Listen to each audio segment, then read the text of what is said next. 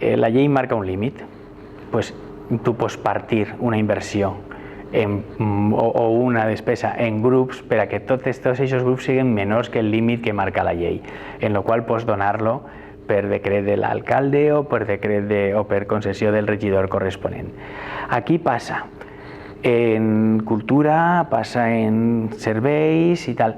M'imagine que no s'ha fet mai per intenció de corrupció, sinó per de funcionament.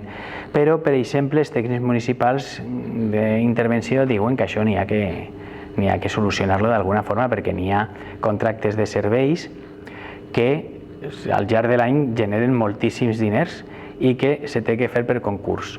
I això a mi m'agradaria fer-ho. M'imagine que podrem fer-lo en alguns casos.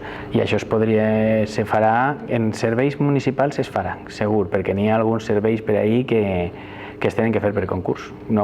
Simplement perquè al final de l'any pugen més que el mínim que marca la llei.